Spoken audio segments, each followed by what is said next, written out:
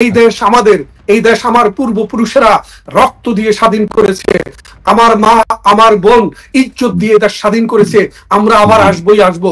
এখনো বাংলাদেশে যা হচ্ছে এটা অন্যায়, এটা অবিচার, এটা মানবতার বিরুদ্ধে অপরাধ। এই অপরাধের বিচার আমরা করবই। এই জাতির কাছে, মানুষের কাছে ওয়াদা করে গেলাম, আমার যদি জীবন বেঁচে থাকে এই বিচারে আমি একজন আইনজীবী হিসেবে আদালতে দাঁড়াবো। ডক্টর ইউনূস যদি বেঁচে থাকে আইনের মুখোমুখি হবে, আর যদি মরে যায় অলিভার ক্রমওয়েলের মতো তাকে কবর থেকে তুলে তার হাড়গোড়কে ফাঁসিতে ঝুলাবো আমরা। শেখ হাসিনার নেতৃত্বে ঐক্যবদ্ধ হওয়ার জন্য প্রস্তুতি নেন, প্রয়োজনে আর একটি যুদ্ধ হবে ইনশাআল্লাহ। আমরা ৭১-এর পরাজিত শক্তিকে মাথা তুলে আর দাঁড়াতে দেব না। এইটা তো জুলাই সনদ না, এইটা হচ্ছে কতগুলো লোক, কয়েকটা পলিটিক্যাল পার্টির কিছু লোক একত্রিত হইয়া একটা চুক্তিনামা করছে। এই চুক্তিনামাটাকে সর্বোচ্চ যদি আপনি আরো মর্যাদা দেন তো বলে যেতে পারে অঙ্গীকারনামা। কি অঙ্গীকারনামা? 2024-এর জুলাই আগস্টে যে ভয়াবহ নৈরাজ্য, সহিংসতা, রাষ্ট্রীয় সম্পদ ধ্বংস করা, পুলিশের প্রায় 450 পুলিশ স্টেশন পুড়িয়ে দেওয়া, হাজারের ঊর্ধ্বে পুলিশকে মেরে ফেলা, সাধারণ মানুষকে মেরে ফেলা দেওয়া, গণভবন লুট করা, সংসদ ভবন লুট করা, সারা দেশে ভিন্ন মতাবলম্বী মানুষদের বাড়িঘর পুড়িয়ে লুটপাট করা, সংবিধান পরিপন্থী কাজ করা যারা করেছে, এইটা হলো অপরাধ। সেই অপরাধীদের বিরুদ্ধে কোনো ব্যবস্থা নেওয়া হবে না। এইটার যে চুক্তিপত্র সেইটা হয়েছে স্বাক্ষর। এইটাকে সনদ বলা যাবে না, কারণ সনদের অর্থটা ভিন্ন। আর সনদ দেওয়ার জন্য অথরিটি লাগে। কিরকম? ধরেন বোর্ডের সনদ দিতে গেলে বোর্ডের চেয়ারম্যান এবং সেক্রেটারি লাগে। ইউনিয়ন পরিষদের সনদ দিতে গেলে নির্বাচিত চেয়ারম্যান লাগবে, পৌরসভায় লাগবে মেয়রকে। আবার যদি চরিত্রের সনদ চান তাহলে একজন গেজেটেড অফিসারের সার্টিফিকেট লাগবে। এই যে যারা সনদের নামে কাগজপত্র সই করছে এদের কারোই কোনো লিগাল অথরিটি নাই। না ডক্টর ইউনূসের, কারণ তিনি ভোট পেয়ে কোনো আসন গ্রহণ করেন নাই, না অন্যান্য যারা স্বাক্ষর করেছেন তাদের কোনো লিগাল অথরিটি নাই। তো যাদের লিগাল অথরিটি নাই তারা কোনো সার্টিফিকেট দিতে পারে না। এরা একটা সমঝোতা চুক্তি করছে। কি চুক্তি? অপরাধ করেছি, অপরাধীদের বিরুদ্ধে কোনো ব্যবস্থা নেওয়া হবে না, আর বাংলাদেশ এইভাবে চলবে। তা বাংলাদেশ কিভাবে চলবে সেটা ডিসাইড করবে যারা নির্বাচিত হয়ে সরকার গঠন করবে তারা। তো এখানে যারা বসা ছিলেন কেউ নির্বাচিত প্রতিনিধি না। সেই অর্থে আমি বলবো যে এটা কোনো সনদই না। বরং আমি আপনার অনুষ্ঠানে আমাদের আরো একজন গণমাধ্যমের অত্যন্ত পরিচিত ব্যক্তি, ইউকে আওয়ামী আইনজীবী পরিষদের সাধারণ সম্পাদক ব্যারিস্টার মনিরুল ইসলাম মঞ্জু সাহেব আছেন, এবং আপনার অনেক দর্শক শ্রোতা আছে, তাদেরকে একটু মনে করিয়ে দিই। বাংলাদেশে কয়েকটি সনদ আছে। একটা সনদকে বলা হয় বাঙালির মুক্তির ম্যাগনা কার্টা। এই সনদটা হলো 1966 সালে বঙ্গবন্ধু দিয়েছিলেন 6 দফা বাঙালির মুক্তির সনদ, সেইটা একটা সনদ। দ্বিতীয় সনদটা হলো 1971 সনে 7 মার্চ তৎকালীন রেসকোর্স ময়দানে গোটা জাতির উদ্দেশ্যে নির্দেশনা দিয়ে কি করতে হবে, কি করা যাবে না, পরবর্তী কি, এই যে ডিক্লারেশনটা দিয়েছিলেন বঙ্গবন্ধু, যেটাকে নন ফর্মাল মুক্তি স্বাধীনতার ডিক্লারেশন বলে, এইটা একটা সনদ। তৃতীয় সনদটা হচ্ছে ওই একই বছরের 26শে মার্চ বঙ্গবন্ধু আনুষ্ঠানিকভাবে যে স্বাধীনতার ঘোষণা দিয়েছিলেন সেটা হচ্ছে চতুর্থ সনদ। পঞ্চম সনদটা হচ্ছে অত্যন্ত গুরুত্বপূর্ণ, 71 সনের 10 এপ্রিল প্রোক্লামেশন অফ ইন্ডিপেন্ডেন্স, অর্থাৎ স্বাধীনতার ইস্তেহার। যে ইস্তেহারটা গণপরিষদের পক্ষ থেকে ক্ষমতাপ্রাপ্ত প্রফেসর ইউসুফ আলী সাহেব তৈরি উপস্থাপন করছিলেন, যেটা তৈরি করেছেন ব্যারিস্টার আমিরুল ইসলাম এবং অন্যান্যরা, সেটাকে চূড়ান্তভাবে স্বীকৃতি দেওয়া হয় 1971 সনের 17 এপ্রিল। মুজিবনগর সরকার গঠিত হলে সেই সরকার আনুষ্ঠানিকভাবে সেটাকে ঘোষণা দেয়। আর তারপরে মহামান্য রাষ্ট্রপতি যিনি হন তিনি একটা ডিক্লারেশন দেন যে এটা অস্থায়ী সংবিধান, রাষ্ট্রপতির অধ্যাদেশ। বাংলাদেশের ইতিহাসে যদি সনদ বলতে হয় তাহলে এই যে কটা আমি বললাম এই কটা সনদ, এবং এই সনদ যারা করেছিলেন তাদের লফুল অথরিটি ছিল। কারণ 70-এর নির্বাচনে ম্যানিফেস্টোই ছিল যে আমরা সংবিধান প্রণয়ন করব। তা সংবিধান প্রণয়নের জন্য যে নির্বাচন, সেই নির্বাচনে যারা নির্বাচিত হয়েছিলেন, একটা সেন্ট্রাল গভর্নমেন্টের, একটা প্রভিন্সিয়াল গভর্নমেন্টের, তারা মিলে গণপরিষদ হয়েছিল। সেই গণপরিষদ যেটা দিয়েছিল সেটা হচ্ছে সনদ। এর বাইরে লফুল লিগ্যাল অথরিটির দেওয়া আর কোন সনদ আইনগতভাবে বাংলাদেশে নেই।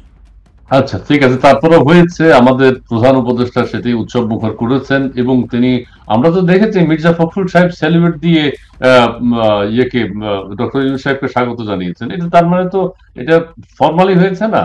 আর চার্টার টাটার কি বলে সেটা একটু যদি বলেন। চার্টার 1 মিনিটে, চার্টার কি জুলাই? না, এটা কোনো চার্টার না। চার্টার করতে পারবে যার লিগ্যাল অথরিটি আছে।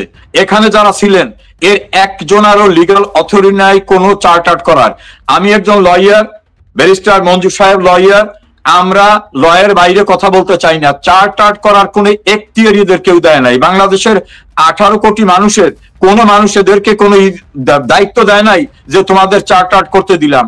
বরং আপনি বিগিনিং এ যেটা বলছেন যে যাদের নাম দিয়ে ব্যবহার করা, সেই এনসিপিও সেখানে উপস্থিত ছিল না এবং সেখানে রণক্ষেত্রে পরিণত হয়েছে।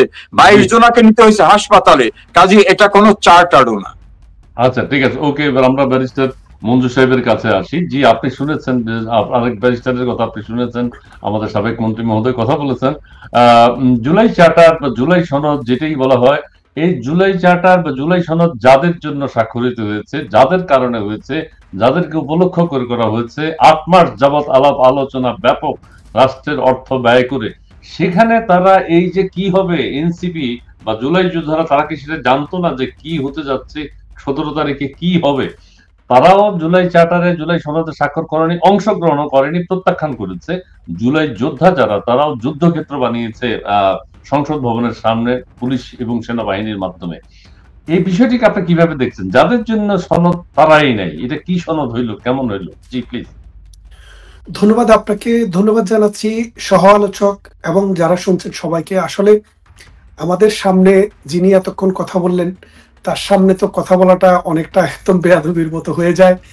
তিনি বাংলাদেশের রাজনীতিতে একজন প্রাণ পুরুষ। কিরকম দেখেন, উনি বাংলাদেশের সর্বোচ্চ আদালত যেটি সুপ্রিম কোর্ট, সেই সুপ্রিম কোর্টের নির্বাচিত সাধারণ সম্পাদক ছিলেন। বাংলাদেশের সমস্ত আইনজীবীদের যে প্রতিষ্ঠান, যে প্রতিষ্ঠানটিকে বলে বাংলাদেশ বার কাউন্সিল, সেটি চেয়ারম্যান ছিলেন 2 বার।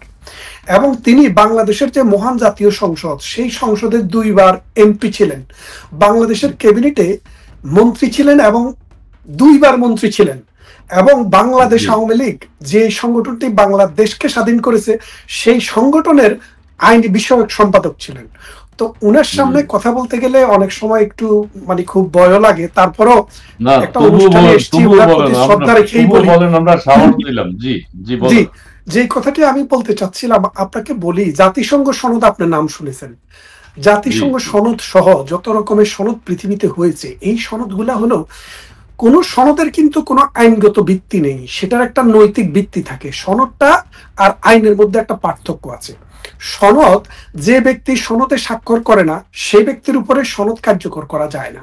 বাংলাদেশে যদি কোনো সনদ হয়, সেই সনদে যদি বাংলাদেশ আওয়ামী লীগের মতো বিশাল একটা জনগোষ্ঠী যদি সেটাতে অংশগ্রহণ না করে, তাইলে এই সনদ বাংলাদেশ আওয়ামী লীগের কোনো নেতা, নেত্রী, কর্মীর উপরে বাধ্যতা করি নয়। সনদ হচ্ছে অনেকটা কনভেনশনের মতো। আপনারা জানেন যে বাংলাদেশে নদীমাতৃক দেশ, মানে নদী হচ্ছে বাংলাদেশের মা, আর নদীর মা হচ্ছে ভারত, কারণ ভারত থেকে বাংলাদেশে নদীগুলো আসে। এই নদীর একটা কনভেনশন আছে, এটাকে বলে ইন্টারন্যাশনাল কনভেনশন অন রিভার। এই কনভেনশনে ভারত সিগনেচার করেনি এবং ইন্ডিয়াও করেনি, যার কারণে ভারত যদি আমাদেরকে নদীর পানি দেওয়া বন্ধ করে দেয়, আমরা ভারতের ভারত আর চায়না, সরি ভারত আর চায়না, এখন ভারত এবং চায়না যদি আমাদেরকে পানি দেওয়া বন্ধ করে দেয়, ওই কনভেনশনের অধীনে গিয়ে কিন্তু আমরা মামলা করতে পারি না। কেন পারি না?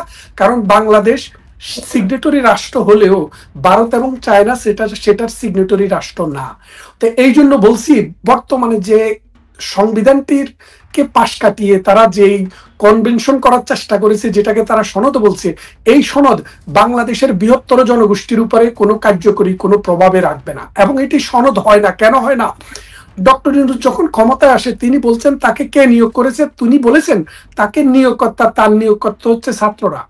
ছাত্ররা যে সংবিধানে যে যেটাতে সংসদ মানে যেই কি বলবো খসড়া যেটি তৈরি করা হয়েছে সনদের, সেটাতে সিগনেচার করেনি। তাহলে ডক্টর ইউনূসের যারা ডক্টর ইউনূসকে নিয়োগ করেছে তারা কিন্তু তার পিছন থেকে সমর্থন তুলে নিছে। তাহলে ডক্টর ইউনূস এখন কার নেতা? আওয়ামী লীগের নেতা? ভাইটাল প্রশ্ন। না, আমি শেষ করছি। মানে ডক্টর ইউনূস ছাত্রদের নেতা না, বিএনপিরও নেতা না, আওয়ামী লীগেরও নেতা না। তাহলে ডক্টর ইউনূস কে? তিনি হচ্ছেন জবরদখলকারী একজন বাটপার। এই বাটপারকে কিভাবে বাংলাদেশ থেকে তাড়ানো যায়, বাংলাদেশের মসনদ থেকে তাড়ানো যায়, সেটা হচ্ছে প্রশ্ন। এখন ডক্টর ইউনূস জানেন যে সনদ নামে যা করছেন এগুলো সব সিটিংবাজি, এগুলো বাটপারি। কারণ বাংলাদেশ 1971 সালে 30 লক্ষ মানুষের রক্ত, 2.5 লক্ষ নারীর ইজ্জত, 1 কোটি মানুষের দেশান্তর এবং লক্ষ লক্ষ বাড়িঘর জ্বালানো পোড়ানোর পর সেই মানে পোড়া ভূমির উপরে মানুষের যে শ্রদ্ধা এবং ভালোবাসা, মহান জাতীয় সংসদ, সেই সংসদ দ্বারা 72 সালে একটি সংবিধান হয়েছে। সেই সংবিধানটিকে সুপারসিড করে কোনোভাবেই তিনি যেতে পারেন না। এবং এই যে সনদ, এই সনদে ডক্টর ইউনূস যখনই স্বাক্ষর করতে গেছেন তখনই তিনি যে লেজিটিমেসি নিয়ে এতদিন কথা বলছেন সেটা চলে গেছে। কারণ ডক্টর ইউনূস শপথ নিয়েছেন প্রেসিডেন্টের কাছে। প্রেসিডেন্ট হচ্ছে কনস্টিটিউশনাল প্রধান। তিনি ডক্টর ইউনূস যেদিন শপথ নিয়েছেন হাত রেখেছেন কার উপরে? কোরআন শরীফের উপরে, সংবিধানের উপরে। বলেছেন এই মহান সংবিধানকে পবিত্র রাখা এবং এর প্রত্যেকটি অক্ষরে অক্ষরে পালন করার জন্যই শপথ আমি নিচ্ছি। যখনই তিনি একটি সনদের কথা বলছেন তখনই তার শপথ ভঙ্গ হয়েছে। শপথ ভঙ্গ হওয়ার পরে তিনি আর বাংলাদেশেরও প্রধান না, এনসিপিরও প্রধান না, বিএনপিরও প্রধান না, আওয়ামী লীগ তো তাকে কোনোদিন গণে নাই, এখনো গণে না। সুতরাং ডক্টর ইউনূসের এখন ক্ষমতায় থাকা জবরদখল। এখন ডক্টর ইউনূস যত কাজ করছেন সব অবৈধ। ডক্টর ইউনূসের সাথে যত রাষ্ট্র, যত ব্যক্তি কোনো রকমের স্বাক্ষর করবেন, কোন চুক্তি করবেন, সব অবৈধ। একটা জিনিস দেখেন, জাতিসংঘের ডুম্বারটন ওক নামের একটা জায়গা আছে আমেরিকাতে, যে সেখানে একটি সনদ স্বাক্ষরিত হয়েছিল। সেই সনদের মূল কথা ছিল 5টি পরাশক্তি একমত হয়েছে যে আমরা সবাইকে নিয়ে কাজ করব। পৃথিবীর যে তাবৎ দুনিয়াতে যত সভ্য রাষ্ট্র আছে সকল রাষ্ট্রের একটি সংগঠন করব। সেই সংগঠনে যে সনদটি হয় সেই সনদের ভিত্তিতে কিন্তু জাতিসংঘ নামক রাষ্ট্রপুঞ্জের জন্ম হয়েছে। সেখানে কিন্তু কোনো জবরদখল ছিল না, কাউকে কিন্তু সেখানে বাদ রাখা হয় নাই। বলছে যত জাতি গোষ্ঠী যারাই জয়েন করতে চায় সবার জন্য ওপেন। কিন্তু বাংলাদেশে যেই দলটি বাংলাদেশের জন্ম দিয়েছে, বাংলাদেশের মুক্তিযুদ্ধকে নেতৃত্ব দিয়েছে, তাদেরকে সেই সনদে স্বাক্ষর করা তো দূরের কথা, তাদের মতামত নেওয়া হয় নাই। ধরেন আওয়ামী লীগের বড় বড় কিছু নেতার বিরুদ্ধে আপনি অভিযোগ তুলতে পারেন, বাংলাদেশের পতাকা যারা বহন করে, বাংলাদেশকে যারা বিশ্বাস করে, জাতীয় পতাকা, জাতীয় সঙ্গীতকে যারা বিশ্বাস করে, বাংলাদেশের সংবিধানকে যারা বিশ্বাস করে, তাদেরকে বাদ দিয়ে আপনি কিসের সনদ করেন? ডক্টর ইউনূস কদিন আগে, আমি 1 মিনিট শেষ করছি, কয়েকদিন আগে ডক্টর ইউনূস একটি জরিপ করিয়েছেন। ওই জরিপে 68% মানুষ ডক্টর ইউনূসের বিএনপি, জামাত এবং এনসিপির প্রতি অনাস্থা প্রকাশ করেছে। অর্থাৎ 68% মানুষ বলেছে আমরা বিএনপি, জামাতে ইসলামী অথবা এনসিপি কে ভোট দেব না। তার মানে কি 32% মানুষের ম্যান্ডেট নিয়ে 100% মানুষের পক্ষে কাজ করা, এটা শুধু অনৈতিক, অবৈধই না, এটা হচ্ছে বাটপারি এবং সিটিংবাজি। ডক্টর ইউনূস বিশ্বমানের বাটপার বলেই এটা করতে পারছে। মান, সম্মান, ইজ্জত যদি থাকতো আরো অনেক আগেই তিনি লেজিটিমেট কোন গোষ্ঠীর হাতে ক্ষমতা দিয়ে চলে যেতেন।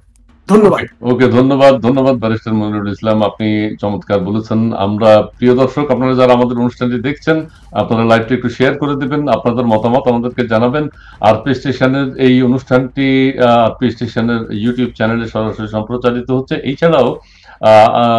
এছাড়াও পত্রিকার নাম মুন্না একটু নিয়ে আসো আজকের, যে আমরা আবার ব্যারিস্টার সাহেবের কাছে যাবো, ব্যারিস্টার সমরেজাউল করিম, তার কাছে যাব এবং মনিরুল ইসলামও বেশ কিছু কথা বলেছেন।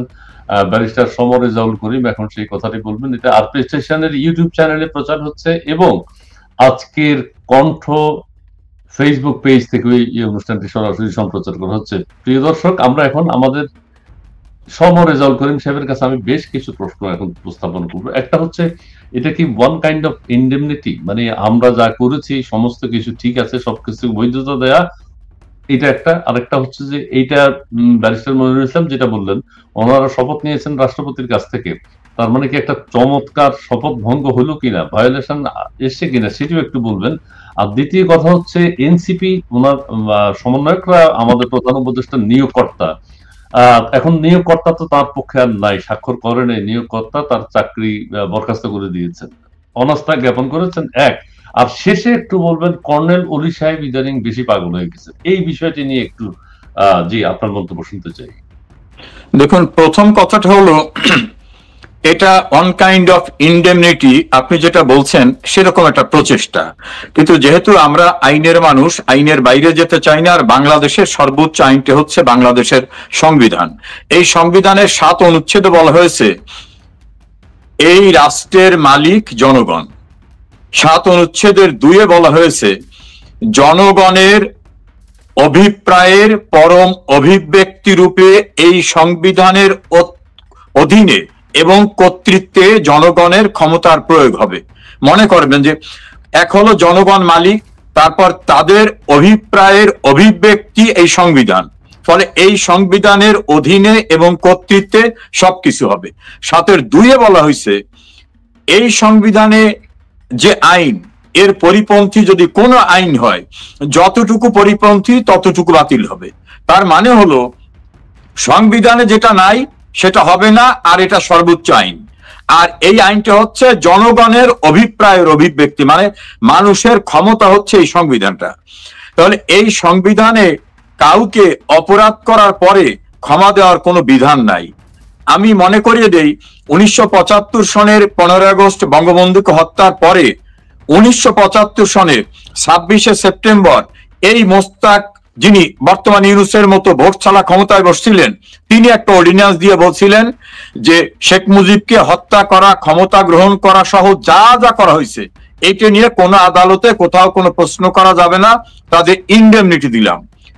এরপরে জিয়াউর রহমান যখন পার্লামেন্ট গঠন করলেন 1979 সালে, তখন সেই পার্লামেন্টের 6 এপ্রিল এটাকে বিল আকারে আনলো। কারণ রাষ্ট্রপতির অর্ডিন্যান্স তার আইন না, সংসদে যদি অ্যাপ্রুভ না হয় তাহলে ওটার কোনো ভিত্তি নাই। 9 এপ্রিল এইটাকে পাশ করার জন্য যখন সংসদে উপস্থাপন করা হলো, তখন সুরঞ্জিত সেনগুপ্ত, সুধাংশু শেখর হালদার এবং মিজানুর রহমান চৌধুরী তারা বললেন যে এমন আইন পাশ করেন না যেটা এই সংবিধানের সঙ্গে সাংঘর্ষিক। তখন বিএনপির কেন্দ্রীয় নেতারা বললেন যে না, এটা ভোটাভুটিতে হবে। আওয়ামী লীগের তখন ভোট কম ছিল, ওনারা পাশ করলেন। 96-তে শেখ হাসিনা ক্ষমতা আসার পরে পার্লামেন্টে এটাকে বাতিল করলেন। বাতিলের পরে ওনারা সুপ্রিম কোর্টে গেলেন, প্রথম হাইকোর্টে, তারপর অ্যাপিলেট ডিভিশনে। অ্যাপিলেট ডিভিশন বলল সংবিধানে যেটা নাই এটা যদি সংসদের 300 এমপি মিলেও পাশ করেন সেটা গ্রহণযোগ্য না। 1। 2, যারা ক্ষমতা অবৈধভাবে দখল করছেন বা খুন করছেন এটা অপরাধী, রাষ্ট্রদ্রোহী, তস্কর, দুর্বৃত্ত, তাদেরকে শাস্তি দেওয়ার জন্য সংসদকে আইন প্রণয়ন করতে বলে দিল। তার ফলে সংসদ আইন প্রণয়ন করলো এবং সংবিধানের 7-এর এ অনুচ্ছেদকে যুক্ত করলো। 7-এর এ অনুচ্ছেদ কি? যেখানে বলা হয়েছে যে সংবিধানের বিধিবিধানের বাইরে যদি কেউ যায় অথবা বাইরে যাওয়ার চেষ্টা করে বা ষড়যন্ত্র করে বা সমর্থন করে বা অনুসমর্থন করে, তার কৃতকার্য হবে রাষ্ট্রদ্রোহিতা। রাষ্ট্রদ্রোহিতার সাজা কি? মৃত্যুদণ্ড। এই কথাটা এই কারণে বললাম আপনার দর্শক শ্রোতাদের ব্যাখ্যা করার জন্য। তাহলে মোস্তাকও কিন্তু, মোস্তাক এবং জিয়া মিলে বঙ্গবন্ধুর খুনিদের সাজা মওকুফ এবং তারা ক্ষমতা দখল করা যে আইনটা করছিল 5ম সংশোধনী নামে, সেটা বাতিল হয়ে গেল। এরশাদ সাহেব ক্ষমতা দখল করে 7ম সংশোধনী নামে এইরকম আরেকটি কাজ করছিল, সেটাকেও সুপ্রিম কোর্ট রায় দিয়ে বলল ওটাও বাতিল এবং তাদের কৃতকর্মকে বাতিল করে দিল। সেটা মনে করে দিলাম এই কারণে এই সরকার এসে প্রথমে একটা নোটিশ দিয়ে ইনডেমনিটি দিয়েছে, আবার এই গতকাল জুলাই সনদের নামে আবার একটি সমঝোতা পত্র করছে। আইন হচ্ছে যত বেআইনি কার্যকে আপনি মাফ করতে চান, মাফ করার কোনো বিধান নাই। ফলে যে ইনডেমনিটির কথা বলছেন, এই ইনডেমনিটি দেওয়ার কোনো সুযোগ নাই। আজ হোক কাল হোক এর একদিন বিচার হবে। এটা হলো ইনডেমনিটি প্রসঙ্গটা নিয়ে। দ্বিতীয় প্রসঙ্গটা হচ্ছে যে আমি প্রথমে যেটা বলছি, তাদের কোনো লফুল অথরিটি ছিল না। ব্যারিস্টার মনিরুল ইসলাম মঞ্জু সাহেব বলছেন যে ইন্টারন্যাশনাল একটা কনভেনশনাল ট্রিটির কথা বলছেন, তাদের কিন্তু আইনের দ্বারা একটা অর্গানাইজেশন করে দেওয়া হয়েছিল যে তোমরা জাতিসংঘ ইত্যাদি ইত্যাদি। আর এই যে যারা আছে এরা কিন্তু আইনের দ্বারা কেউ কিছু না। আমাদের সংবিধানে কিন্তু অন্তর্বর্তীকালীন সরকার বা তত্ত্বাবধায়ক সরকার নামে কোনো সরকারের অস্তিত্ব নাই। এখন খন্দকার ইসমাইল বলতে পারেন কেন রাষ্ট্রপতি তো সুপ্রিম কোর্টের পারমিশন নিয়ে রেখেছে। এই জায়গায় শুভঙ্করের ফাঁকি। রাষ্ট্রপতি সুপ্রিম কোর্টের পরামর্শ চেয়েছিলেন, সুপ্রিম কোর্ট বলছে শূন্য অবস্থায় জরুরি কার্য নির্বাহ করার জন্য আপনি প্রধান উপদেষ্টা এবং উপদেষ্টা নিয়োগ করতে পারেন, শপথ পড়াতে পারেন। একবারও সুপ্রিম কোর্ট বলে নাই যে আপনি অন্তর্বর্তীকালীন সরকার নিয়োগ করতে পারেন। এখন ওই প্রধান উপদেষ্টা এবং উপদেষ্টাদের আমি যদি লফুল্লি ধরে নিই তাহলে তারা রাষ্ট্রপতির উপদেষ্টা, সরকার নামে কোনো অস্তিত্ব সংবিধানে নাই। সেই কারণে এরা অন্তর্বর্তীকালীন সরকার দাবি করারও কোনো লিগ্যাল অথরিটি তাদের নাই। সে কারণে তারা যেখানে যা সই স্বাক্ষর করুক না কেন এটা মহামান্য রাষ্ট্রপতির অধীনস্থ উপদেষ্টা হিসাবে।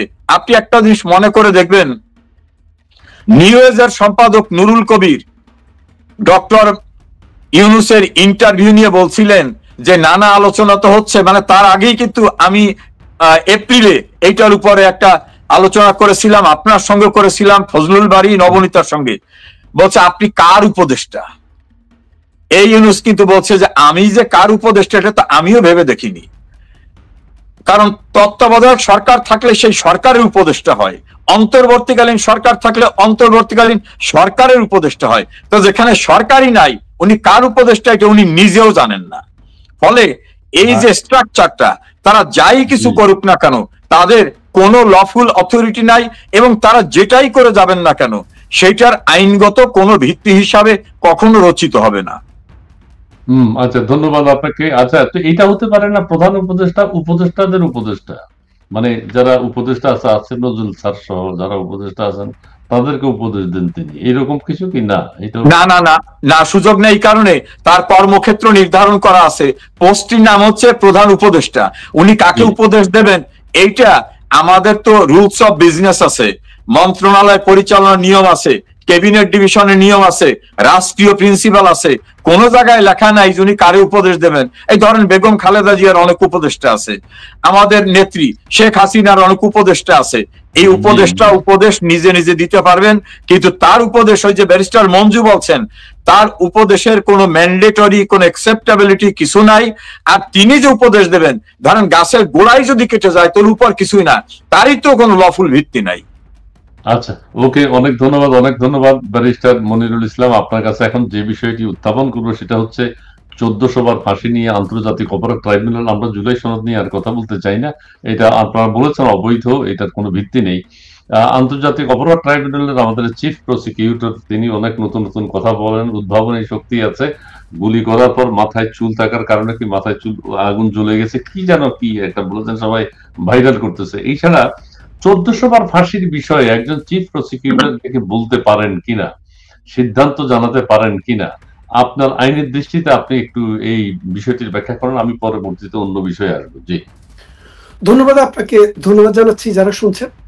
একটা কথা আপনাকে বলি, প্রথম যে কথাটা, একটা বিচার যে হবে এই বিচারের জন্য একটা সুনির্দিষ্ট আইন লাগবে। আইনের ভিত্তিতে তো মানে রুল অফ ল হচ্ছে, আমরা যে সভ্য মানুষ, পৃথিবীতে যে সভ্য দেশ, সভ্যতার what is the basis of civilization? সিভিলাইজেশনের ভিত্তি হচ্ছে রুল অফ ল, অর্থাৎ সুনির্দিষ্ট আইনের ভিত্তিতে আপনি হত্যার বিচার করেন, আপনি মৃত্যু মানে চুরির বিচার করেন, ডাকাতির বিচার করেন, অথবা সিভিল বিচার করেন, সবকিছুর বিচারের ভিত্তিটা হচ্ছে রুল অফ ল, অর্থাৎ একটা রুল থাকবে, সে রুলে বিচার করবে। দেখেন 1971 সালের 26শে মার্চ থেকে 16ই ডিসেম্বর পর্যন্ত রাষ্ট্রে যখন সরকার ছিল না, রাষ্ট্রের সরকার ছিল তখন বনবাসে। কোথায়? ইন্ডিয়াতে। যার কারণে আমাদের রাষ্ট্রের একটা রাষ্ট্রের 4টা উপাদান থাকে। একটি হলো জনগোষ্ঠী, একটি হলো একটা নির্দিষ্ট ভূখণ্ড, একটি হচ্ছে সরকার, আরেকটা হলো সার্বভৌমত্ব। তা আমাদের 3টি উপাদান ছিল, কিন্তু সার্বভৌমত্ব নামে যে উপাদান, সেই উপাদানটি ছিল না। যার কারণে সেই সময় আমাদের এই রাষ্ট্রটি ফাংশনিং ছিল না।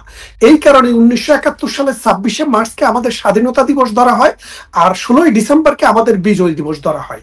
16ই ডিসেম্বরে বিজয় হওয়ার পর থেকে আমাদের গভর্নমেন্ট অ্যাক্টিভ হয়েছে। তার মানে হচ্ছে 1971 সালের 26শে মার্চ থেকে 16ই ডিসেম্বর পর্যন্ত সময়ের ভিতরে এই রাষ্ট্রের ভিতরে যে অডাসিটি হয়েছে, সেই সময়ে অ্যাক্টিভ কোনো গভর্নমেন্ট না থাকার কারণে আমরা বিচার করতে পারিনি।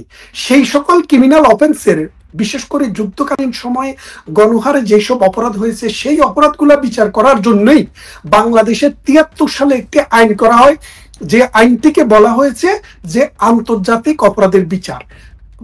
মানে আন্তর্জাতিক অপরাধের বিচার বলতে কি বোঝানো হয়েছে? 4টা বিচারকে, 4টা বিষয়কে, যুদ্ধ অপরাধ, গণহত্যা, মানবতা বিরোধী অপরাধ এবং আরেকটি হচ্ছে অ্যাগ্রেশন। অর্থাৎ একটা রাষ্ট্র যদি আরেকটা রাষ্ট্রকে দখল করে, কেউ যদি গণহত্যা করে, কেউ যদি মানবতা বিরোধী অপরাধ করে, অথবা যুদ্ধ অপরাধ, যেমন মনে করেন মানুষকে ধর্মান্তরিত করে ফেললো, গ্রাম পুড়িয়ে দিল, বাড়িঘর জ্বালিয়ে দিল, এগুলো হলো যুদ্ধ অপরাধ। এই অপরাধগুলোর জন্য 1973 সালে বাংলাদেশে একটি আইন করা হয়।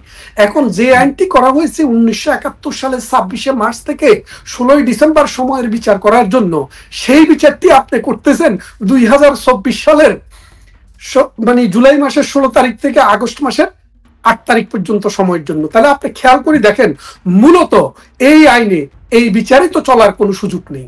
আপনি যদি আমার কথাটা ধরেন না, আপনি 1971 সালের 73 সালে যখন পার্লামেন্ট বসে, ওই পার্লামেন্টে 16 কার্য দিবস এই বিষয়গুলো নিয়ে আলাপ আলোচনা হয়েছে। পার্লামেন্টারি হ্যান্ডসেট বলে, অর্থাৎ পার্লামেন্টে যেসব আলাপ আলোচনা হয়, এই আলাপ আলোচনাগুলোকে বলে হ্যান্ডসাট। আপনি চাইলে এখনো সেই হ্যান্ডসাট গুলা নিতে পারেন, আমার কাছেও কপি আছে। সেখানে কার বিচার হবে, কেন বিচার হবে, কি বিচার হবে, সেটা সুনির্দিষ্টভাবে আলাপ আলোচনা করা হয়েছে। যদিও পরবর্তীতে এটার কর্মক্ষেত্র এবং পরিধি বৃদ্ধি করা হয়েছে, কিন্তু মূল কথা হচ্ছে ওই বিচারটিতে, শুধুমাত্র ওই আইনটিতে বিচার করা যাবে 1971 সালের 26শে মার্চ থেকে 16ই ডিসেম্বর পর্যন্ত, এই 9 মাসের বিচার। এর বাইরে কোনো বিচার করার কোনো এখতিয়ার, কোনো ক্ষমতা, কোনো জাজের, কোনো আইনে, কোনো বিচারে এইটাতে অ্যালাউ করে না। সুতরাং এখন যে বিচারটি হচ্ছে, সেটা হচ্ছে মানুষকে হত্যা করার জন্য সংঘবদ্ধভাবে সন্ত্রাসীরা রাষ্ট্রকে ব্যবহার করে মানুষকে হত্যা করার চেষ্টা করছে। এটাকে আপনি বিচার বলবেন কেন? এটা তো বিচার না রে ভাই, এটা তো অবিচার, এটা অন্যায়, এটা হচ্ছে নির্যাতন, এটা হচ্ছে পাশবিকতা। কারা করতেছে? 1971 সালে যারা আমার নারীকে দর্শন করেছে, আমার মাকে বোনকে দর্শন করেছে, আমার বাড়ি পুড়িয়েছে, আমার ঘর জ্বালিয়েছে, আমার দেশকে পাকিস্তানিদের হাতে গনিমতের মাল হিসেবে তুলে দিয়েছে, যাদের বিচার করার জন্য করেছে, সেই বিচার করার কারণে মুক্তিযুদ্ধ এবং তার সংশ্লিষ্ট যেই মানুষেরা এই রাজাকারদের, ঘাতকদের বিচার করেছে, সেই মুক্তিযোদ্ধা, সেই দেশপ্রেমিক মানুষের বিচার করার জন্যই এই অবৈধ আদালতটি গঠন করা হয়েছে। কারণ 1971 সালের 16ই ডিসেম্বর যেদিন শেষ, সেদিন থেকে এই অপরাধ আমলে নেওয়ার ক্ষমতা এই বিচারালয়ের শেষ। আপনাকে শুধু এটা নয়, আরো কয়েকটি উদাহরণ দেই। 1947 সালে যখন, 45 সালে যখন যুদ্ধ শেষ হয়, মহাযুদ্ধ, দ্বিতীয় মহাযুদ্ধ, তারপরে কিন্তু 2টি ট্রায়াল হয়েছে, একটি নুরেনবার্গ ট্রায়াল, একটি টোকিও ট্রায়াল। এরপরে রুয়ান্ডাতে ট্রায়াল হয়েছে, এরপরে রাদাভান কারাজিস, তারপরে স্লোবোদান মিলোসেভিচ, পল পট সহ অনেকের বিচার হয়েছে, যুদ্ধ অপরাধীদের বিচার হয়েছে। আপনি কি দেখাইতে পারবেন পৃথিবীর কোথাও একটা রাষ্ট্রের ভিতরে সন্ত্রাসীরা যখন রাষ্ট্রীয় সম্পদ লুট করছে, মানুষকে হত্যা করছে, আগুন জ্বালাচ্ছে, এই সন্ত্রাসীকে লেজিটিমেট গভর্নমেন্ট যখন রাষ্ট্রীয় ফোর্স ব্যবহার করে যখন দমন করতে যায়, কেউ মারা গেছে, সেটার জন্য বিচার জাতিসংঘের অধীনে অথবা স্বতন্ত্রভাবে কোথাও বিচার হয়েছে? আপনি কি শুনেছেন? আপনি কি আমাকে একটি উদাহরণও দিতে পারবেন? পারবেন না। কারণ বিচার হতে হলে একটি আইন লাগে, সে আইনের একটা স্কোপ থাকে, কোনটা যুদ্ধ অপরাধ, কোনটা যুদ্ধ অপরাধ নয়, কোনটা মানবতা বিরোধী অপরাধ, কোনটা মানবতা বিরোধী অপরাধ নয়। যেমন মনে করেন প্রধানমন্ত্রী শেখ হাসিনা যখন রাষ্ট্র চালিয়েছে, ওই রাষ্ট্র চালাতে গিয়ে তিনি যদি কোনো অপরাধ করে থাকেন, তাইলে বাংলাদেশের কনস্টিটিউশনে কোনটা ভায়োলেশন অফ পাওয়ার, তার পাওয়ারের বাইরে তিনি কি করেছেন, সেটার বিচার কিন্তু সাধারণ আইনে হওয়ার ব্যবস্থা রয়েছে, এবং সে আইনে যদি বিচার করা হয়, সেটাকে ডিপেন্ড করার জন্য আমরা আছি। এবং একটা কথা বলে রাখি, রাষ্ট্র যদি কোনো বিশেষ পরিস্থিতিতে জনগণকে, অর্থাৎ যদি সন্ত্রাসীকে হত্যা না করে, সন্ত্রাসীকে যদি অ্যারেস্ট না করে, গ্রেপ্তার না করে, তাদের উপরে যদি অস্ত্র না চালায়, তাইলে রাষ্ট্র ফেল।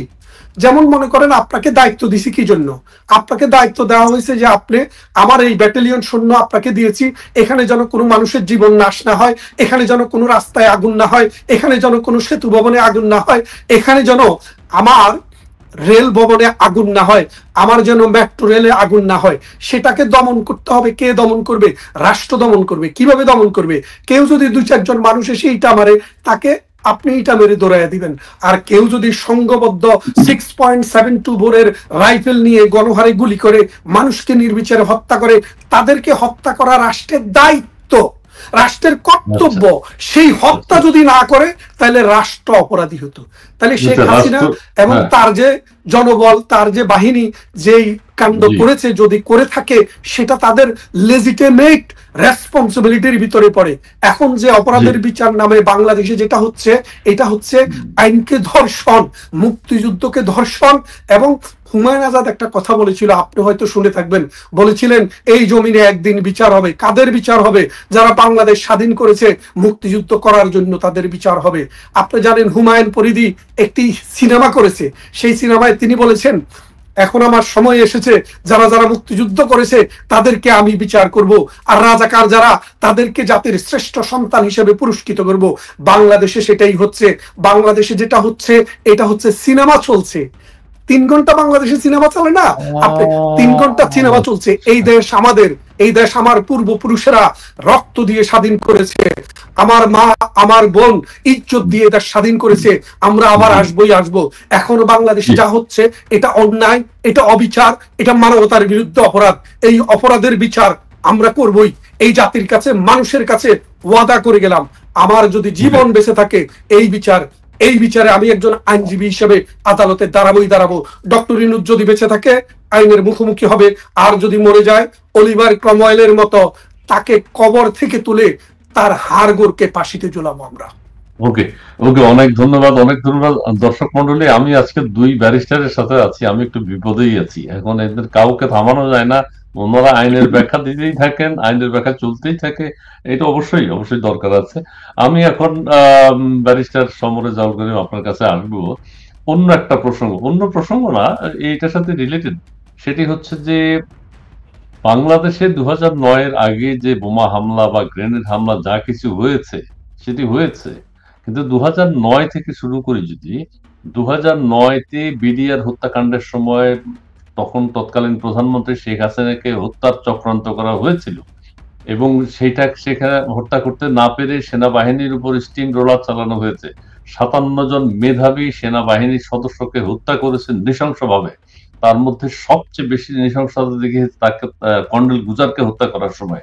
কর্নেল গুজারের মেরুদণ্ড ভেঙে দিয়েছে, কর্নেল গুজারের চোখ উপড়ে ফেলেছে, কর্নেল গুজারের হাড় ঝাঁঝরা করে ফেলেছে। কি কারণ? কর্নেল গুলজার জঙ্গিবাদের বিরুদ্ধে কথা বলেছে, জঙ্গিবাদকে কন্ট্রোল করার জন্য নানানভাবে সেনাবাহিনীর পক্ষ থেকে উদ্যোগ নিয়েছে। তাকে দেখে নিতে হবে, ঠিক আছে? শেখ হাসিনাকে মোট 19 বার হত্যা করার চেষ্টা করা হয়েছে। 2024-এ আমরা দেখি তার ধারাবাহিকতা। শেখ হাসিনাকে হত্যা করার ষড়যন্ত্র করা হয়েছে, কিন্তু হত্যা করতে পারেনি। সারা দেশে স্বাধীনতা, মুক্তিযুদ্ধ সমস্ত কিছু ভেঙে চুরে কান করে দিয়েছে। এবং 2025 সালে আন্তর্জাতিক অপরাধ ট্রাইব্যুনাল আবার সেনাবাহিনীর বিরুদ্ধে যারা যারা মুক্তিযুদ্ধের পক্ষে, স্বাধীনতার পক্ষে, সার্বভৌমত্বের পক্ষে, তাদেরকে জনবিচ্ছিন্ন এবং তাদেরকে নাজেহাল করার জন্য নানান উদ্যোগ নিচ্ছে আন্তর্জাতিক অপরাধ ট্রাইব্যুনাল। এবং সেটা আমরা দেখতে পেয়েছি, সেনাবাহিনীর সদস্যদের বিরুদ্ধে মামলা হয়েছে, গ্রেপ্তারি করানো হয়েছে। আপনার কাছে এই ধারাবাহিকতাটা একটু শুনবো। তার পাশাপাশি সেনাবাহিনীর উপর এখন যে একটা বিভেদ তৈরি হয়েছে দেখতে পাচ্ছি আমরা, ষড়যন্ত্র মোকাবেলা করা হচ্ছে। এখানে আমাদের যে চিফ প্রসিকিউটর, তিনি বলছেন 24 ঘন্টার মধ্যে আদালতে হাজির করতে হবে, কিন্তু 24 ঘন্টার মধ্যে তো আদালতে হাজির করা হয়নি। তাহলে কি ঘটতে যাচ্ছে সেটি আমরা শুনতে চাই, সেটি আপনার কাছ থেকে একটু আইনি ব্যাখ্যাটা জানতে চাই। জি দেখুন, প্রথমত ইন্টারন্যাশনাল ক্রাইমস ট্রাইব্যুনাল, যেটা আইসিটি, আমরা সংক্ষেপে আইসিটি বলি, এই আইসিটিটা কেন হয়েছিল সেটা ব্যারিস্টার মঞ্জু ক্লিয়ার করছেন। এবং ওই আইনের উদ্দেশ্য লক্ষ্যতেই উল্লেখ করা আছে যে যুদ্ধকালীন সময় যারা মানবতা বিরোধী অপরাধ করছে তাদের বিচারের জন্য এই আইনটা। বাংলাদেশে 2024-এ তো আর যুদ্ধ হয়নি, ফলে যুদ্ধকালীন বিষয়টা না।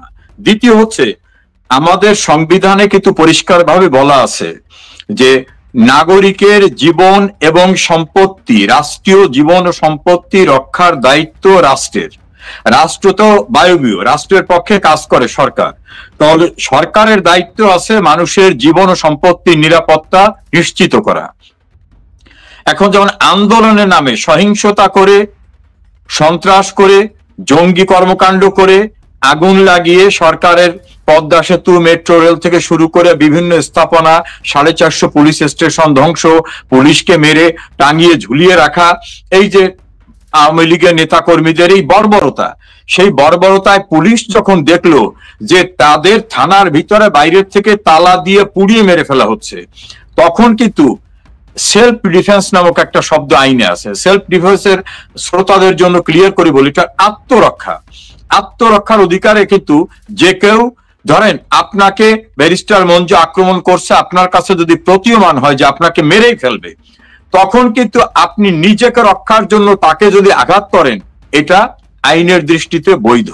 ওই যে মঞ্জু সাহেব বললেন যেটা, যে যখন তারা দেখছে যে রাষ্ট্রীয় সম্পদ ধ্বংস করছে, রাষ্ট্রের মানুষ ধ্বংস করতেছে, পুলিশকে মারতেছে, সাধারণ মানুষকে মারতেছে, তখন ওই যে সাংবিধানিক যে দায়িত্ব, অর্থাৎ মানুষের জীবন ও সম্পত্তির অধিকার রক্ষার যে দায়িত্ব, সেই দায়িত্ব পালন করতে গিয়ে যারাই খুন খারাপি করতেছে তাদেরকে ফোর্স অ্যাপ্লাই করা তাদের উপরে এটা বৈধ ছিল।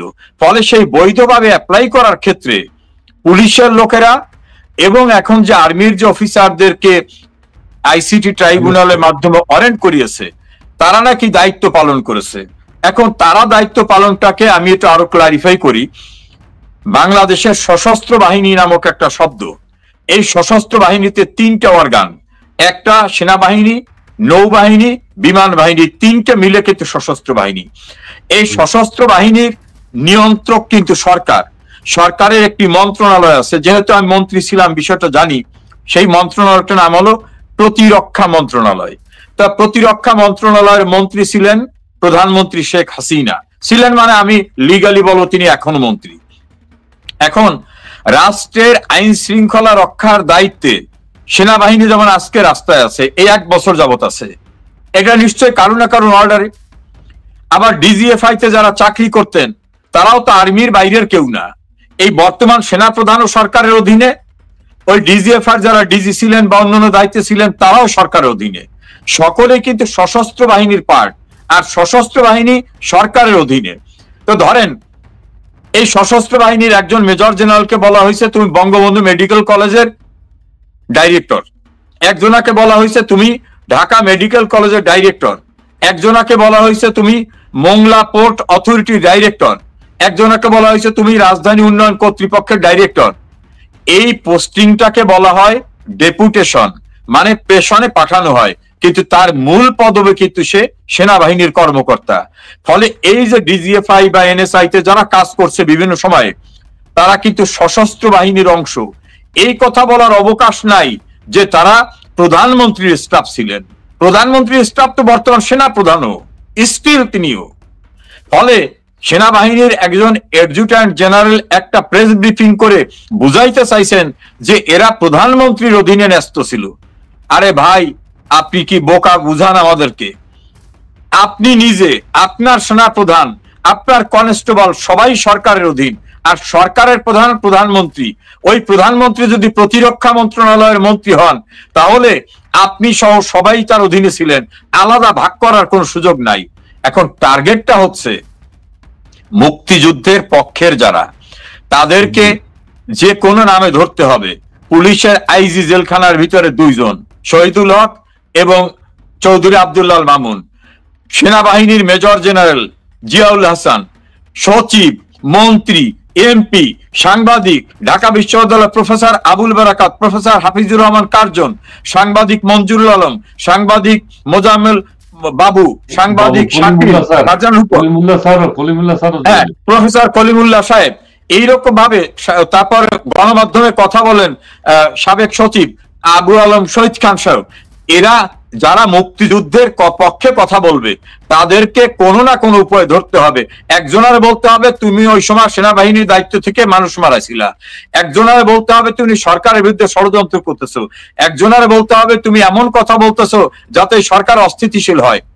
সমস্ত কিছুর টার্গেটটা হচ্ছে ৭১ সালের পরাজিত যারা, তারা সেই পরাজয়ের প্রতিশোধ নিতে ৭৫-এ হামলা করে বঙ্গবন্ধু এবং তার পরিবার তার সহযোদ্ধাদের হত্যা করলেও তার ২ মেয়ে বেঁচে ছিল।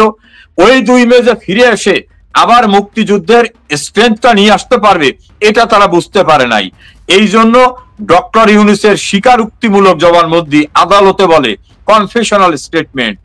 ক্লিনটন ফাউন্ডেশনে উনি স্টেটমেন্ট দিয়ে বলছেন নাথিং ওয়াজ হ্যাপেন্ড সাডেনলি, ইট ওয়াজ ডান থ্রু মেটিকুলাস ডিজাইন। বাংলায় দাঁড়ায় হঠাৎ কিছু ঘটে নাই, আমরা সুদূর প্রসারী পরিকল্পনা করে শেখ হাসিনাকে উচ্ছেদ করছি। এখন শেখ হাসিনাকে সরাবার পরে তারা আর একটা স্বীকারোক্তি করলো, এটা খুব ইন্টারেস্টিং। শাহবাগে ওরা বলল এই বাংলাদেশ গোলাম আজমের বাংলাদেশ, এই বাংলাদেশ মতিউর রহমান নিজামের বাংলাদেশ, এই বাংলাদেশ আলী হাসান মুজাহিদের বাংলাদেশ। এবং অতি সম্প্রতি চট্টগ্রামের জামাতের আমির তিনি তার বক্তৃতায় বলছেন যে এই বাংলাদেশ, এই যে তাদের কথা বললাম তাদের বাংলাদেশ। আসলে ওই ৭১ সনের পরাজয়ের প্রতিশোধ নিতে শেখ মুজিব ছিলেন মূল ব্যক্তি, তারে মারতে হবে, তাহলে ওই মুক্তিযুদ্ধ শেষ হয়ে যাবে। পরে দেখে যে না, তা তো শেষ হয় নাই, আবার তার মেয়ে এসে শুরু করছে। এই জন্য তাকে ১৯ বার চেষ্টা করে ২০০৪ সালের ২১ আগস্ট আবার গ্রেনেড মামলো, সেটাও তাকে শেষ করতে না পেরে ২০২৪ সালে ওই দিন তাকে টার্গেট ছিল সরকার উচ্ছেদ না, ওদিন টার্গেট ছিল শেখ হাসিনা শেখ রেহানাকে হত্যা করা। তা আল্লাহর অশেষ রহমত, ওই যে রাখে আল্লাহ মারে কে, আল্লাহর অশেষ রহমতে তিনি কিন্তু পরিত্রাণ পেয়ে গেলেন। আর আধা ঘন্টা বিলম্ব হলে শেখ হাসিনা শেখ রেহানা বেরিয়ে আসতে পারতেন না। এমন কি তাদের যে বিমানটায় বহন করে নিয়ে আসা হয়েছে সেই বিমানকেও ভূপতিত করার ষড়যন্ত্র ছিল। এই জন্য গোটা ঘটনাটা ব্যারিস্টার মঞ্জু বলছেন, তারপর আমি স্পেসিফিক্যালি বললাম ৭১ সালের পরাজয়ের প্রতিশোধ নিতে বর্তমানে এই প্রক্রিয়া চলছে। এখন আমাদের যিনি চিফ প্রসিকিউটর সাহেব, তিনি যেসব বক্তৃতা দিচ্ছেন কোর্টে, এইটা নিয়ে ভিডিও হয়েছে। যেমন একজন সমন্বয়ক বলছেন যে আমি তো মেট্রো রেলে আগুন দিয়েছি, আমি তো বিটিভি ভবন আগুন দিয়েছি, আর ওর পাশে আবার দেখাচ্ছে ফুটেজে উনি বলছেন শেখ হাসিনার নির্দেশে মেট্রো রেলে আগুন দেওয়া হয়েছে। আবার পাবনার এক নেতা বলছেন যে আমরাই তো পুলিশকে হত্যা করছি। ওইটা ওই তাজুল সাহেবের বক্তব্য, ওই বক্তব্যটাকে পাশাপাশি ভিডিও দিয়ে সুন্দর সুন্দর ভিডিও তৈরি হয়েছে। উনি শেখ হাসিনার কথা যেটা বলেন যে শেখ হাসিনার নির্দেশে হত্যা হয়েছে, আর সমন্বয়করা বলে আমরাই নিজেরা হত্যা করছি। এই হাস্যকর। ওই যে শাহজাদি গুলবাহার নামক একটা সিনেমা দেখছিলাম, যে শাহজাদির জন্ম হয়েছে আকাশে, তিনি আকাশ থেকে ওড়েন, তিনি পাতালে নামেন না। এমন গাঁজা খাওয়া গল্প দিয়ে একটা ট্রাইব্যুনালে শেখ হাসিনাকে দণ্ডিত করার চেষ্টা হচ্ছে। এই দণ্ড নিয়ে কেউ শঙ্কিত না, এই কারণে বঙ্গবন্ধুকে মৃত্যুদণ্ড পাকিস্তানের কারাগারে দিয়েছিল, বাস্তবায়ন করতে পারেনি। ১৯৬৯ সালে বঙ্গবন্ধুকে মৃত্যুদণ্ড দেওয়ার জন্য আগরতলা ষড়যন্ত্র মামলা করা হয়েছিল, পারে নাই। শেখ হাসিনাকে অন 11-এর সময় চেষ্টা করছে, পারে নাই। আর ওনারা এখন বানোয়াট একটা রায় দেবেন, এই কোর্টের ভিত্তিটা হচ্ছে রাষ্ট্রপতির অর্ডিন্যান্স দিয়ে কোর্টের এরিয়াটাকে এক্সটেনশন করছে। এখন খন্দকার ভাই, রাষ্ট্রপতির অর্ডিন্যান্স যদি পার্লামেন্ট অ্যাপ্রুভ না করে তাহলে ওই অর্ডিন্যান্সের কোনো লিগ্যাল অথরিটি থাকে না। এখন ধরেন আগামীতে সরকার যারাই আসলো, তারা যদি রাষ্ট্রপতির এই অধ্যাদেশকে পার্লামেন্টে অনুমোদন না করে তাহলে তো এই বিচারটা হাস্যকর কাহিনী হয়ে যাবে। এই জন্য পার্লামেন্টে ওটা অনুমোদন হবে কি হবে না তার আগ পর্যন্ত সেইটার উপরে বলে চাবাইতেছেন কি, বলে বড় কর্তা দেবার চাইছে, এই জন্য আগাই চাবাইতেছি। নাম্বার 2 হচ্ছে সংবিধানের 46 আর্টিকেলে বলা হয়েছে রাষ্ট্রের গুরুত্বপূর্ণ কাজে দায়িত্বরত কোনো ব্যক্তি যদি ফোর্স অ্যাপ্লাইও করে পার্লামেন্ট তাকে অব্যাহতি দিতে পারবে। তো ধরেন রাষ্ট্র ধ্বংস হয়ে যাচ্ছে, রাষ্ট্রে নৈরাজ্যতা হচ্ছে, মানুষ খুন হচ্ছে, সংসদ ভবন লুট হচ্ছে, গণভবন লুট হচ্ছে, এখানে যদি কোনো ফোর্স অ্যাপ্লাইও কেউ করে থাকে, এক হলো তিনি আত্মরক্ষার জন্য, দ্বিতীয় হচ্ছে রাষ্ট্রকে রক্ষার জন্য, তাহলে সংবিধানের 46 অনুচ্ছেদে সংসদ তাদেরকে পরিত্রাণ দিতে পারবে। এই সংসদ দায়িত্ব পালন করার আগেই ওনারা সবকিছু ফয়সালা করে চলছে, এটা সবাই জানে। এটা রাজনৈতিক উদ্দেশ্য প্রণোদিত ভাবে, প্রতিহিংসার উদ্দেশ্য। ওই যে যুদ্ধাপরাধীদের বিচার শেখ হাসিনা করছে, এবং ওই যে 71 সালে তার বাপ দেশ স্বাধীন করছে, এর প্রতিশোধ নেওয়ার জন্য এই বিচার প্রক্রিয়া। এই প্রক্রিয়া নিয়ে দেশের A to Z সবাই মনে করে এটা প্রতিহিংসা, প্রতিশোধ নেওয়ার জন্য জুডিশিয়াল প্রসেসকে ব্যবহার করা হচ্ছে মাত্র। জি জি, অনেক ধন্যবাদ, অনেক ধন্যবাদ। আমরা আমাদের দর্শকবৃন্দের কিছু কমেন্টস একটু পড়তে চাই। AKM ফারুক তিনি বলছেন 5 আগস্ট 2024 ইতিহাসে কালো অধ্যায় হয়ে থাকবে। জি ধন্যবাদ আপনাকে AKM ফারুক। আমরা যদি আমাদের প্যানেল ম্যানেজার যিনি আছেন, আমরা যদি আরো কিছু কমেন্টস দেখতে পারি। তিনি হচ্ছেন মল্লিক, ঘূর্ণিঝড় আসছে, ইউনুস উড়ে লন্ডভন্ড হয়ে পাকিস্তান চলে যাবে। জি ধন্যবাদ আপনাকে মল্লিক। লাকি পিন্ডার তিনি বলছেন মাদ্রাসা শিক্ষার্থীদের পাশের হার বেশি দেখানো হয়েছে, কারণ পাবলিক বিশ্ববিদ্যালয় শিবিরের সন্ত্রাসীদের ভর্তি করানো। জি ধন্যবাদ আপনাকে। শেখ মঞ্জুর আলম তিনি বলছেন মন্ত্রী মহোদয় আপনারা দেশে আসা দ্রুত ব্যবস্থা করেন, সব অপশক্তি মুছে যাবে ইনশাল্লাহ। জি ধন্যবাদ। তামিম আহমেদ দেশ ধ্বংসের দায় কি বাংলাদেশের মিডিয়া এড়াইতে পারবে? জি ধন্যবাদ আপনাকে। আর এরপরে রয়েছেন নাইম চৌধুরী, আমেরিকার পুলিশের গায়ে হাত দিলেই গুলি করে দেবে, পিটিয়ে মারা তো অনেক দূরের কথা, দূরের ব্যাপার।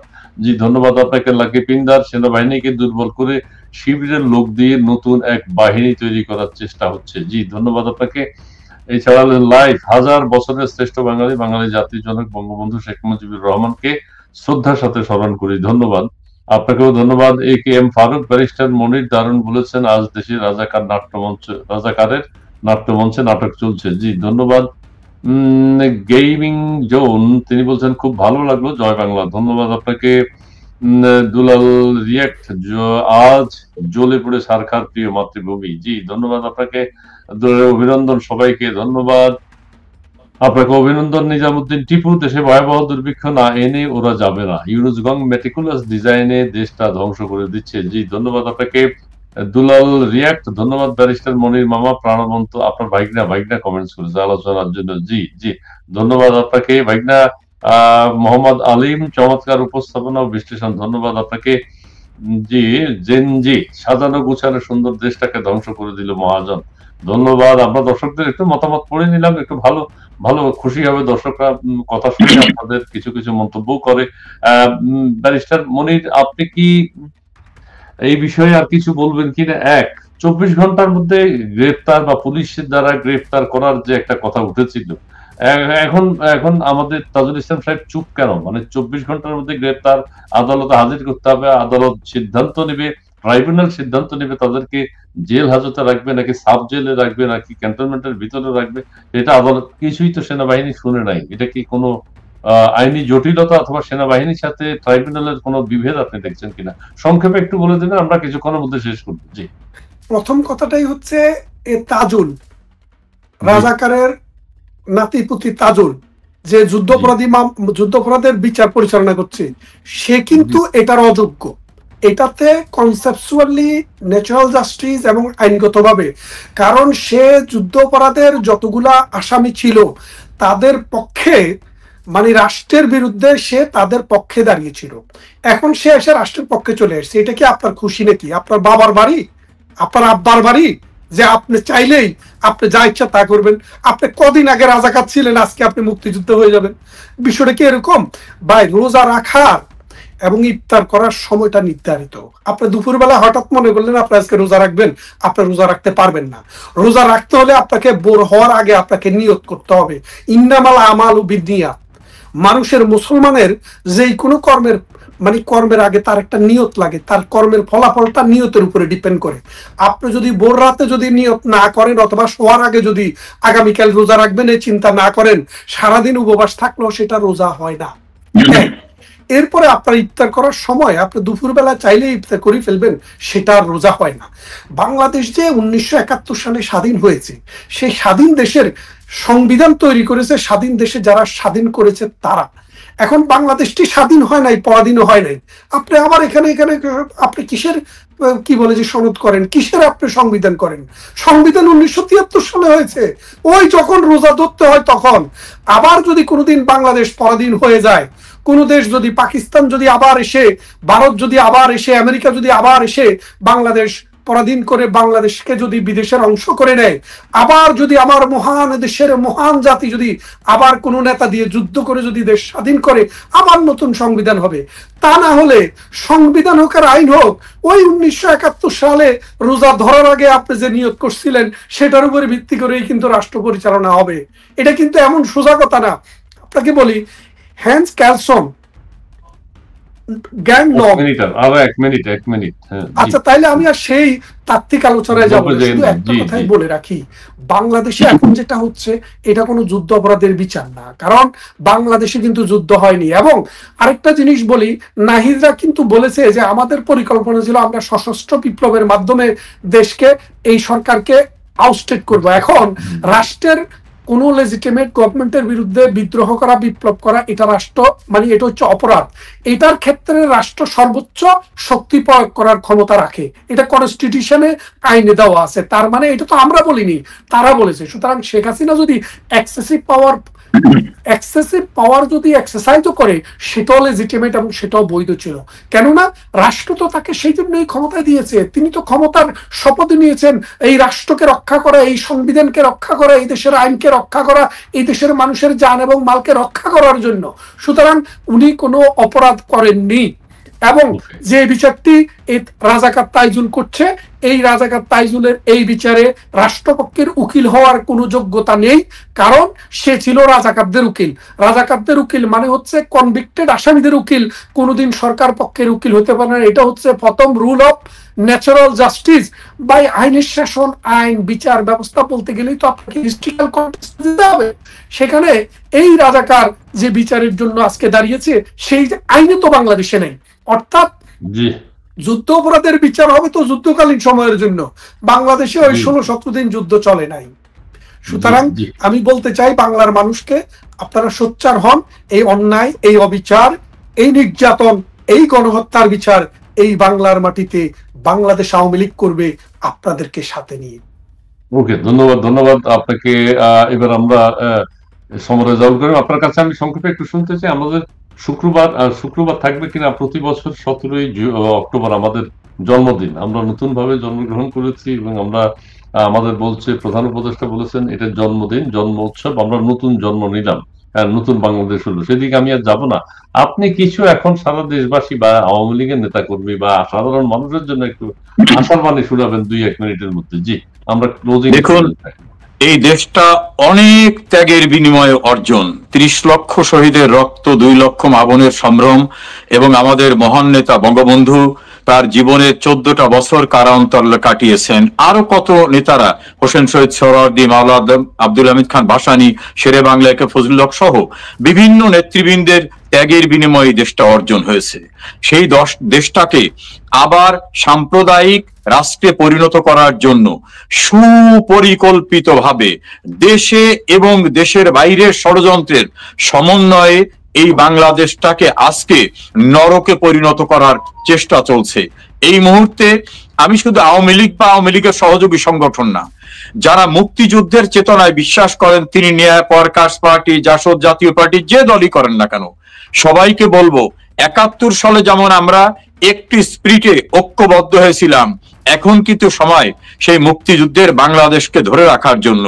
আর একটা বিষয় অনুরোধ করব, আমাদের মুক্তিযুদ্ধের মধ্য থেকে সৃষ্ট সেনাবাহিনী স্বাধীনতা ও সার্বভৌমত্বের অতন্দ্র প্রহরী। যদিও এই সেনাবাহিনীর কিছু ক্ষমতালোভী ব্যক্তিরা বঙ্গবন্ধুকে হত্যা করেছে, জিয়াউর রহমানকে করেছে, কর্নেল তাহেরকে করেছে, মঞ্জুরকে করেছে, খালেদ মোশাররফকে করেছে, সেটা ব্যক্তিগত পর্যায়ে। কিন্তু এই সেনাবাহিনী আমাদের গর্বের, গৌরবের। এই সেনাবাহিনীকেও সুকৌশলে দুর্বল করে দেওয়া হচ্ছে বলে আমার কাছে প্রতীয়মান হচ্ছে। তাই আমি আহ্বান জানাবো সেনা প্রধান সহ যারাই সংশ্লিষ্ট আছেন এবং দেশবাসী সবাইকে মুক্তিযুদ্ধের চেতনার বাংলাদেশকে ঘুরে দাঁড়াবার জন্য আবার আমাদের প্রয়োজন হলে আর একটা যুদ্ধ অবতীর্ণ হতে হবে। আমাদের ভয় কি? আমাদের যিনি ক্যাপ্টেন আছেন, যাকে বলা হয় উন্নয়নের জাদুকর, যিনি অন্ধকার থেকে আলোকবর্তিকা হাতে নিয়ে অপ্রতিরোধ্য গতিতে ভেঙে পড়া বাংলাদেশকে আজকে উন্নয়নের রোল মডেলে পরিণত করেছিলেন, শেখ হাসিনার নেতৃত্বে ঐক্যবদ্ধ হওয়ার জন্য প্রস্তুতি নেন। প্রয়োজনে আর একটি যুদ্ধ হবে ইনশাআল্লাহ। আমরা ৭১-এর পরাজিত শক্তিকে মাথা তুলে আর দাঁড়াতে দেব না। জি, অনেক ধন্যবাদ ব্যারিস্টার সওয়ামর রেজাউল করিম, ধন্যবাদ ব্যারিস্টার মনিরুল ইসলাম আপনাকেও, এবং আপনারা চমৎকার বলেছেন। প্রিয় দর্শক, আপনারা যারা এতক্ষণ আমাদের সাথে যুক্ত হয়েছেন, আপনাদেরকে অনেক ধন্যবাদ, যুক্ত ছিলেন যারা, আর মতামত আপনারা জানিয়েছেন। তবে ব্যারিস্টার সওয়ামর রেজাউল করিম যেটি বলেছেন, সেনাবাহিনীকে দুর্বল করার চেষ্টা করছে, সেনাবাহিনীকে নিয়ে ষড়যন্ত্র হচ্ছে, স্বাধীনতা সার্বভৌমত্বের পক্ষে দেশপ্রেমিক সেনাবাহিনীর সদস্য যারা আছে তাদেরকে নাজেহাল করার চেষ্টা করা হচ্ছে, কিন্তু তাদের এই চক্রান্ত হয়তো বাস্তবায়িত হবে না।